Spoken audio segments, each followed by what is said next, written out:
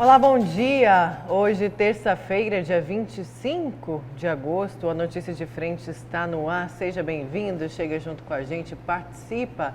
Seja um dos nossos comentaristas aqui do A Notícia de Frente. Bom dia também ao Edivaldo Ribeiro. Oi, Edivaldo. Bom dia, Nayara. Tudo bem, Nayara? Tudo ótimo. Ótimo. Bom dia, Antero. Bom dia, Coité. Bom dia, os companheiros de trabalho aqui. Bom dia, Antero. Tudo bem? Bom dia, tudo bem? Bom dia, Nayara. Bom dia, Edivaldo. Bom dia ao telespectador e telespectadora. Bom, olha, será que já temos aí ao vivo o Bruno Pinheiro com a gente? A gente já vai começar A Notícia de Frente com o Bruno Pinheiro hoje, falando de mais um decreto que flexibiliza aí os eventos, desta vez decreto assinado pela Prefeitura de Várzea Grande, pela prefeita Lucimar Campos.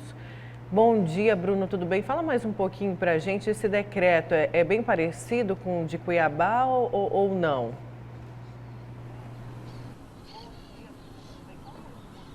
É sim, ele é muito semelhante. Muito bom dia, Nayara, Edivaldo e Antero também, a todos de casa. Esse novo decreto assinado ontem, segunda-feira, aqui em Várzea Grande, fica então estabelecido que eventos sociais com o limite máximo de 100 pessoas. Aqui também em Várzea Grande, eventos científicos com 200 pessoas e eventos que reúnem vários veículos que as pessoas não vão sair de dentro dos seus veículos, então o limite máximo de 250 veículos reunidos no mesmo local. Ainda ficou autorizado de que será retornado às atividades em cinemas e também eventos de apresentações, respeitando o limite máximo da capacidade do local de 50%. Jogos de futebol também já vão retornar todo esse efetivo, jogadores, só que não será autorizado que as pessoas que não sejam,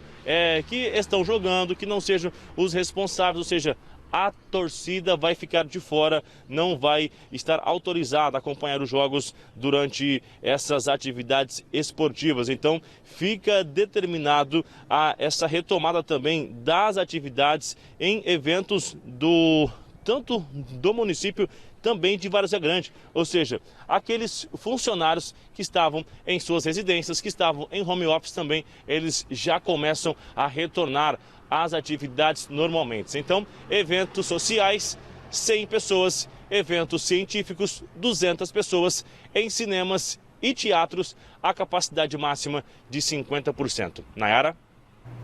Certo, Bruno, obrigada pelas suas informações.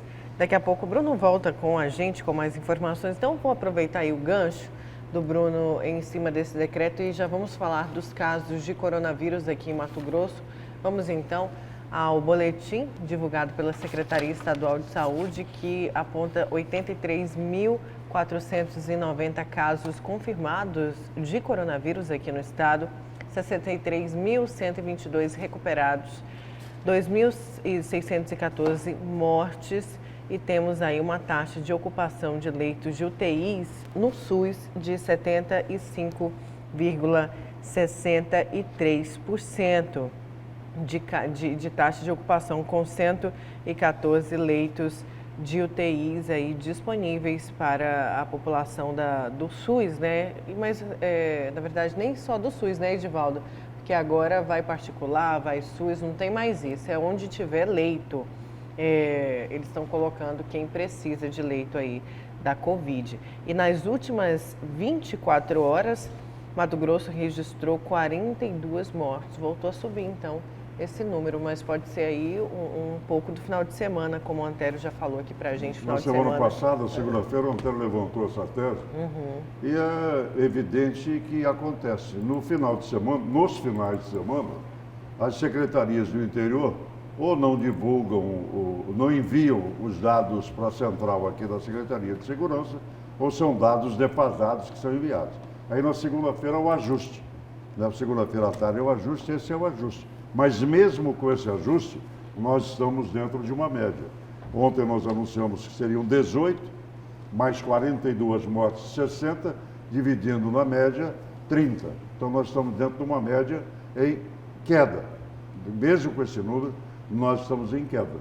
O que é bom. Você pode ver pelo gráfico ali, ó, infelizmente, são vidas que estão sendo levadas para que a gente tenha essa diminuição. Olha lá, nós temos 34% de leitos, né? E nas UTIs, onde nós já tivemos mais de 90% de ocupação, nós caímos para 76%. 75%, 76%. Chegamos a 98%, foi o Exatamente. número máximo. Então, com quatro leitos, ou foram 3, 4, né? Então veja só, não é ser por demais otimista, não, mas é matemática a coisa aí. Infelizmente, para a queda desses percentuais, tanto nos leitos como nas UTIs, são vidas que estão sendo levadas. A cada boletim, quando a gente tem mortes, nós temos uma queda sensível, tanto na UTI como nos leitos hospitalares. Pois não, Otávio? E apesar da diminuição, há uma evidente diminuição no Brasil todo, né? Uhum. Há uma evidente diminuição, mas apesar da diminuição, o número ainda é bastante alto. Não é elevado. Nós saímos de 1.100, 1.200 por dia para 990 por dia em nível de Brasil. 990 mortes por dia, continuam 4 Boeings caindo. Exatamente. Mas ontem nós tivemos tragédias. Não, mas a média caiu para 990. A média, sim, lógico. Né? E aqui é assim, toda segunda é boa, porque o resultado do final de semana e tal mostra que caiu, e toda terça é ruim, porque aí vem a divulgação daquilo que não foi divulgado no final de semana. Exatamente. Então toda terça é ruim. Amanhã volta ao normal, e aí quinta fica normal, sexta fica normal, sábado e domingo e segunda cai e terça volta a subir. Exato. Mas é preciso continuar em casa. É preciso continuar fazendo o distanciamento. Sempre que possível, faça o distanciamento. Use máscara. Lave a água com sabão. O que eu não entendi, eu estou querendo entender. Né? O que eu não consegui entender foi que o presidente da República se reuniu ontem com mais de 100 médicos que apoiam a questão da cloroquina para comemorar a vitória do Brasil sobre a Covid. Eu fiquei sem entender. Nós vamos comemorar, são 115 mil mortes no Brasil. Né? Que vitória foi essa? Vitória, sim. Ele previu que nós não teríamos 1.000 mortes. Se tivesse morrido só 600, vamos comemorar, porque a previsão inicial é que teria 1.000.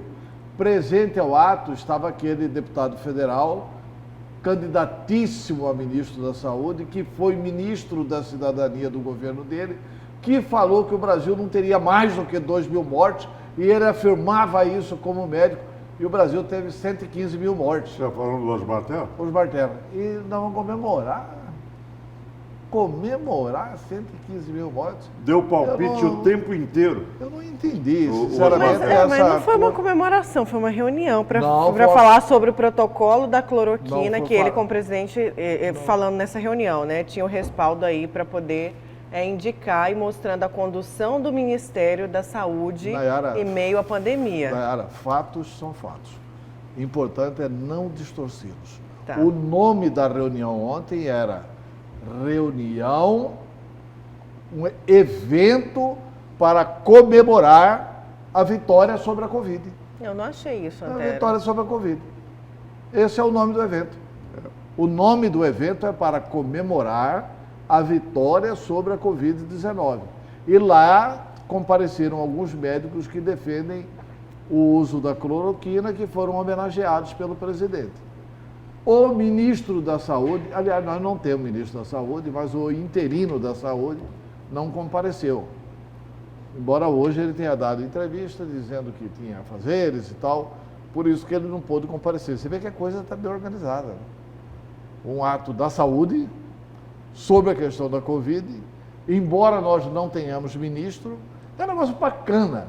Nós estamos na maior pandemia que já teve sobre o Brasil, que a nossa geração conhece. Nós não convivemos, éramos criancinhas. O mundo não teve... Com a gripe espanhola, né? O mundo só teve a gripe espanhola e essa agora. E essa agora. Então, assim, nós temos a maior... E para enfrentar essa pandemia, a gente dispensa. Não precisa ministro hoje, não. Eu acho que a gente tem que ter um ajuste, né? Tem que pegar, dar um ajuste, uma sincronia, né? Para que falemos todos a mesma língua. Eu acho que... a começar de cima para baixo. Uma das questões equivocadas, e eu até me julgo assim um dos culpados, porque eu ajudei a discutir, a debater a questão da lei das inelegibilidades. E foi um equívoco realmente não ter colocado na lei que para ser candidato a vereador, prefeito, deputado estadual, senador, governador, presidente da República, ou que cargo que for, candidato para receber o voto, tinha que passar psicotécnico. Mas vamos lá. Psicotécnico? Psicotécnico. Pelo menos isso. Posso levantar uma questão aqui? Claro. Nós estamos falando em comemoração, né? Vamos ver se a gente pode colocar, entre aspas aqui, a comemoração do terceiro ano da delação de Silval Barbosa. A amostragem daqueles vídeos, né, da delação de Silval Barbosa, onde aparece Emanuel Pinheiro colocando dinheiro no bolso, aparece o meu querido amigo finado Hermínio Barreto, tantos outros, Gilmar, Alexandre César, me ajuda aí. Quem mais? A prefeita de Luciane Bezerra. Ela está no mandato? Ela conseguiu recuperar o mandato? Não, ela foi cassada depois por outro motivo. O único que o Ministério Público agiu foi contra Luciane Bezerra, mas não por esse motivo. Por outro. Por outro. Esse era pretérito também, né? Não, o Ministério Público... E todos eles, o português... O Ministério Público vai ser julgado nas urnas. O povo é bom, ele... Mas o povo é bom, porque se o Emanuel perder e não for para o segundo turno, é uma derrota também do Ministério Público. Né? Porque é o povo fazendo o que o Ministério Público devia ter feito. Tá aqui, e você faz essa cobrança. Ezequiel Fonseca, José Domingos Fraga, Hermínio Barreto, já falecido, Luiz Marinho de Souza Botelho, Ayrton Rondinho no português, Emanuel Pinheiro, Luciano e a Joia Bezerra, Alexandre César, Gilmar Fabres, Carlos Antônio Zambuja e José Joaquim de Souza Filho, o Baiano Filho. Ninguém até agora recebeu nenhuma sanção. 3 anos. Não tem processo. Não, 3 anos. Não tem denúncia do Ministério Público. Exato. Por isso que eu acho, palmas para o Ministério Público. Não tem denúncia do Ministério Público. 3 anos. 3 anos. Muitos estão sem mandato. Porque se diz, não, que não sei o quê, não. Então, muitos estão sem mandato. Isso é que a população não entende, que o cidadão comum não entende. Porque o Zezinho, lá do pé da serra, se furtar uma espiga de milho, está ralado. Está ralado. Esse povo são milhões de reais. E o me engano é que eu gosto também, a devolução, depois de 1 bilhão de escamote, de meter na mão no dinheiro público, alguns cacarecos são devolvidos e fica por isso mesmo. Silval hoje vive em Rio Preto, do interior de São Paulo. E bem, né, Nem Edivaldo? aqui está. Tem Nem dinheiro no está. bolso para enfrentar essa pandemia e a população sente aquela Não, sensação. O Silval está fazendo investimento. Mas aquela sensação de injustiça. Silval comprou a Rádio Voz do Oeste. Exatamente. De aquela pergunta do jornal A Gazeta, da série, o crime compensa? Claro que compensa, para esse pessoal compensa. Não compensa para o cara que está fechado hoje aqui com Covid nos presídios. Nós temos mais de 30% com contaminado, infectado no nosso sistema penal. Só aqui nós temos 300 e pouco. Então, para esses realmente a pena é brava. A pena é brava. Para aqueles que são do colarinho branco, né? Do colarinho Antero, branco, realmente a coisa é brava. A gente entrevistou aqui no fim de ano, a gente fez um ciclo de entrevistas e entre essas entrevistas o Ministério Público.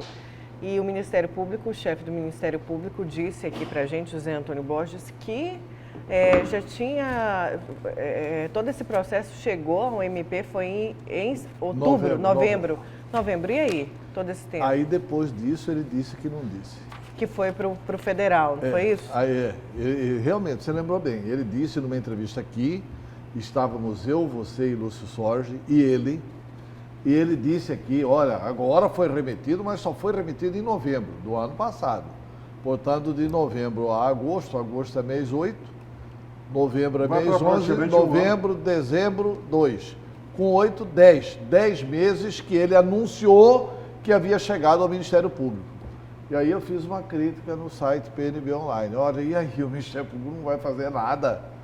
Aí ele mandou uma carta dizendo, não, está com o Ministério Público Federal. Mas olha, se está com o Ministério Público Federal, por que é que o Ministério Público Estadual não reclamou? Porque não tem motivo para estar no Federal. Quem que é a pessoa com foro por prerrogativa de função para estar no Ministério Público Federal? Nenhum deles tem foro. Depois da decisão do Supremo Tribunal Federal, nenhum deles tem foro. Por que que o Ministério Público não foi atrás? Olha, é para proteger o Emanuel. E não adiantou nada disso, hein? Paulo Prado vem aí. Está aqui a notícia do jornal A Gazeta. Não, do Mídia News. Do Mídia News. Ex-procurador-geral Paulo Prado, que indiscutivelmente é a maior liderança individual do Ministério Público. Ele resolveu que vai se candidatar à Procuradoria E respeitadíssimo pelos seus companheiros. Sim. E que, convenhamos, fez um bom trabalho à frente do Ministério Público. Porque ele denunciou o seu Val, Riva, denunciou todo mundo que tinha que denunciar. 4 mandatos já teve o Paulo Prado. E ele disse que vai para a disputa contra o atual Procurador-Geral. Que é o José Antônio Borges. Que é o José Antônio Borges. E aproveitando essa mesma nota, né, o procurador Flávio Pachori também pleiteia a sua candidatura, dessa vez também contra o sistema, contra o Procurador-Geral. Ele é apoiado pelo ex-procurador Mauro Curvo. E mas a candidatura do Paulo Prado... é muito mais forte que qualquer uma outra. Me perdoe os demais. Não, essa candidatura do Paulo Prado, porque Mauro Curvo foi apoiado pelo Paulo Prado. Entendeu? Pode ser que este Flávio também retire para apoiar o Paulo Prado. O Paulo Prado, na minha opinião, é a maior liderança individual do Ministério Público. Pode ser que não consiga vencer a eleição. Ninguém sabe como que está o Ministério Público. Até porque a eleição é interna, né? Internamente, para a população eleição de colégio eleitoral. Mas, enfim, né? Eu fiz essa menção porque não se compreende essa proteção toda a Emanuel Pinheiro, né? Outros fatos surgiram também, alguns dizem que há uma reverência da instituição exatamente a liderança do Paulo Prado. Porque o Paulo Prado tem uma ligação de parentesco, de coparentesco, com o prefeito de Cuiabá, com o cunhado, né? Com o prefeito de Cuiabá, Emanuel Pinheiro. Mas, se for isso, não adiantou nada. Paulo Prado é candidato. Entendeu? Os dois, tanto faz Pachori como... Tanto faz ser Paulo Prado como Zé Antônio Borges. Esperamos, no ano que vem, nesta data, não estamos aqui comemorando o 4º ano de omissão do Ministério Público. Olha, e a gente ainda continua falando, volta a falar da Covid, a gente volta ao vivo agora com o Bruno Pinheiro, porque ele vai falar mais sobre a pandemia da Covid. Agora nós vamos falar, trazer informações sobre a prefeita do município de São Félix do Araguaia, a 1.200 quilômetros de Cuiabá, a Janaílza Taveira Leite, do Solidariedade, que decretou lockdown na cidade. É isso mesmo, Bruno Pinheiro, você traz as informações para a gente agora ao vivo?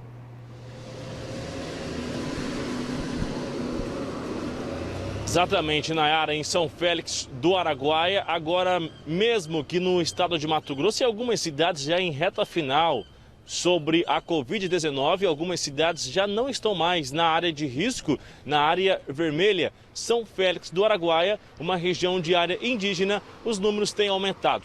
Na verdade, uma região com um pouco mais de 180 contaminados, 2 pessoas já morreram em decorrência do novo coronavírus. Agora, na segunda-feira, ontem, acabou sendo divulgado esse novo decreto de uma quarentena, um lockdown realmente, e até final do mês, todas as atividades comerciais serão suspensas na cidade. E até mesmo esse novo horário de um toque de recolher entre 11 da noite e 5 da manhã. Nós ouvimos a chefe do executivo, Janaílza Leite, e é o que você acompanha agora nesta entrevista. Mais informações, como vai funcionar esse lockdown. Veja. Pela primeira vez, o município de São Félix do Araguaia teve que tomar uma medida mais rigorosa aqui na sede do município, tão somente, porque os distritos e os assentamentos, graças a Deus, estão com os casos tranquilos, sem novos casos apresentados. Mas a sede veio de uma forma muito assustadora nos últimos dias, especificamente no mês de agosto, porque nós entramos no mês de agosto com 80 casos confirmados e ontem, aliás, fechou com 179 casos confirmados, mas praticamente 100 novos casos em menos de um mês. Isso nos assustou. O médico responsável pelo centro do Covid solicitou, juntamente com a promotora de justiça, para que nós pudéssemos diminuir essa curva que está em ascensão. A nossa vontade, a nossa intenção com o lockdown é que a população da sede do município fique em casa nesse período de 7 dias, resguardado, fazendo suas atividades em casa, trabalhando em home office, e as que são essenciais vão trabalhar normalmente, porém as que não são essenciais ficarão de portas fechadas.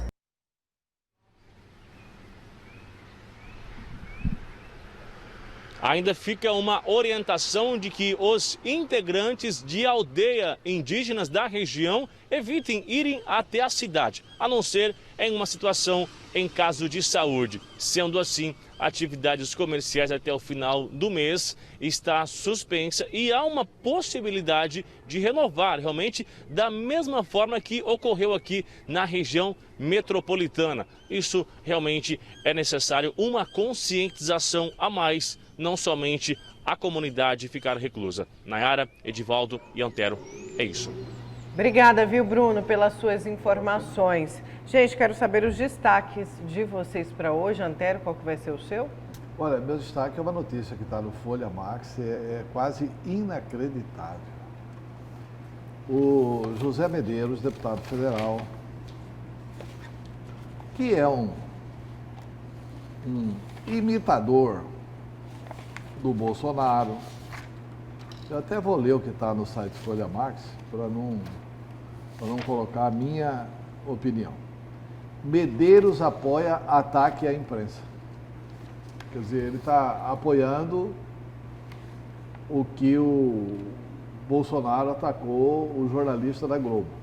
Só recapitulando, o jornalista da Globo perguntou para ele o seguinte: ele estava numa visita lá na feirinha, em frente à Catedral Metropolitana de Brasília, a histórica Catedral de Brasília, e o jornalista da Globo perguntou para ele: presidente, como que o senhor explica esses cheques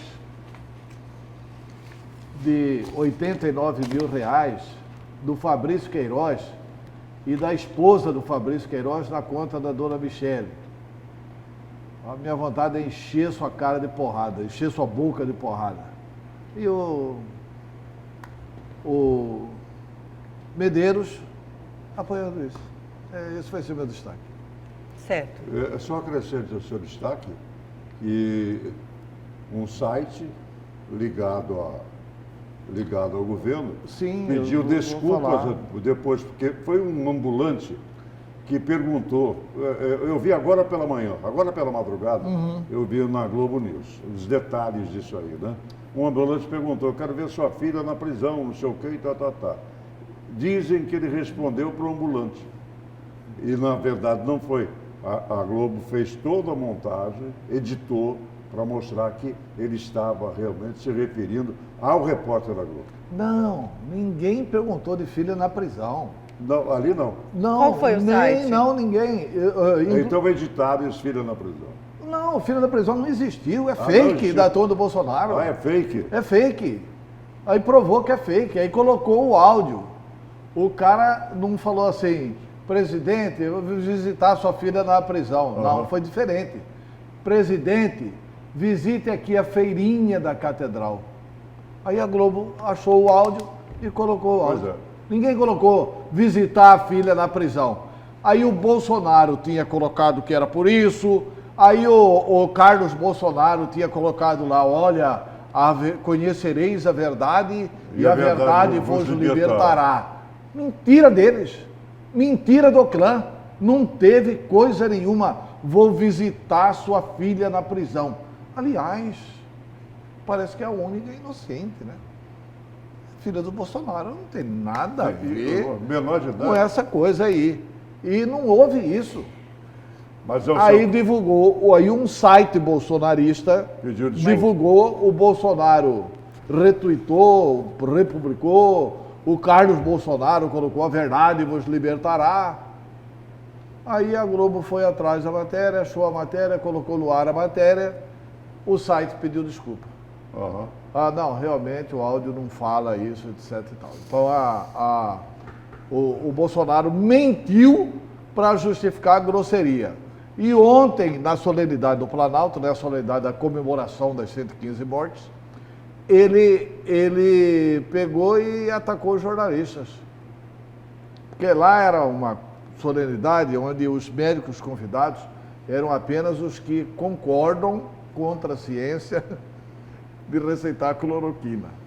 Concordo com o Bolsonaro. A gente tem matéria sobre isso, daqui a pouquinho vai ao ar. De receitar cloroquina. Aí ele fala assim, olha, eu como atleta não pega, não sei o que e tal. Se fosse um jornalista bundão... Porque alguém pergunta e fala, se fosse um jornalista bundão como vocês aí, pegava. Só os bundões. Por exemplo, se ele estivesse aqui, ele ia chamar o Alexandre de jornalista bundão. Edivaldo Ribeiro, jornalista bundão. Antero bundão. Eu não peguei ainda, mas ele ia me chamar, né? Se pegar, ele chama. O Datena reagiu. A que nível chegou? O presidente da República, numa solenidade dentro do Palácio, chama jornalista de jornalista bundão. E o Datena, no programa dele, falou, presidente, bundão é o senhor. Brincadeira. Tá, daqui a pouco a gente fala mais no seu destaque. Edivaldo, qual que é o seu? Ó, eu vou falar um pouco sobre esse auxílio emergencial, né? Um jogo de cena entre o próprio presidente Bolsonaro e o Paulo Guedes. Uma diferença de R$30 para ser notícia e para que o presidente saia bem na fita. Para estender para 300. O Paulo Guedes quer 270. Tá. Paulo Guedes malvado quer Malvado quer 270. 270. O presidente bonzinho quer 300. Quer 300. Cada um faz a leitura que acha que tem que fazer. Vamos aqui à matéria sobre esse evento que tem o nome de Vencendo a Covid. Vamos lá. Apesar de defender o uso da cloroquina, o presidente admite que não há nenhuma comprovação científica da eficácia do medicamento contra o coronavírus. Mesmo assim, ele continua defendendo o uso da substância no tratamento da Covid-19. E eu sempre via do Mandetta, né? Não tem comprovação científica. Ora as bolas, eu sei que não tem. Eu acredito em mais de 10 ministros, aqui tem um aqui, mais de 10 ministros, pegaram a Covid, né? E se trataram, logicamente, com receita médica, com hidroxicloroquina. E nenhum foi hospitalizado, nenhum foi internado. Então é sinal, a observação é que está dando certo. Jair Bolsonaro participou no Palácio do Planalto da cerimônia Encontro Brasil Vencendo a Covid-19, com médicos que defendem o uso da cloroquina. Então vocês salvaram, sim, no meu entendimento, muitas, milhares e milhares de vidas pelo Brasil. E se a hidroxicloroquina não tivesse sido politizada, muitas mais vidas poderiam ter sido salvas dessas 115 mil que o Brasil chegou nesse momento. O presidente se lembrou de quando teve a doença e de quando disse, em março, que por ter histórico de atleta, teria no máximo uma gripezinha. Para ele, a frase foi usada com ironia pela imprensa e se dirigiu aos jornalistas. Quando pega num bundão de vocês, a chance de sobreviver é bem menor. Só sabe fazer maldade, usar caneta com maldade em grande parte. Bom, quer comentar? Não, só comentar o seguinte, que reincidiu um caso ontem... De reinfecção. Assim, há 4 meses e meio atrás, o cidadão pegou Covid e teve sintomas. Febre, tosse, não sei o que, etc e tal. E ontem, voltando para o país dele, eu não consigo memorizar qual que é o país, não consigo lembrar qual que é o país, não memorizei. Foi feito o exame, porque ele estava voltando de viagem e testou novamente positivo. Mas a Organização Mundial de Saúde pediu cautela para examinar isso. Foi o da Holanda, não foi? Da Bélgica e na Holanda? Não sei. Eu sei que ele voltou para o país dele e mostrou que 4 meses e meio depois ele voltou a ter Covid. Mas só que sem sintomas. Desta vez ele está assintomático. Mais branda, né? E aí a Organização Mundial de Saúde está pedindo cautela nessa avaliação. Ele pode não transmitir, né? E olha, quem Pode não falou transmitir mais. contra a cloroquina não foi ninguém daqui, não foi nenhum líder da oposição brasileira. Quem falou contra a cloroquina foi a Organização Mundial de Saúde. Não foi? Vamos para um breve intervalo, na volta tem mais A Notícia de Frente. Não tem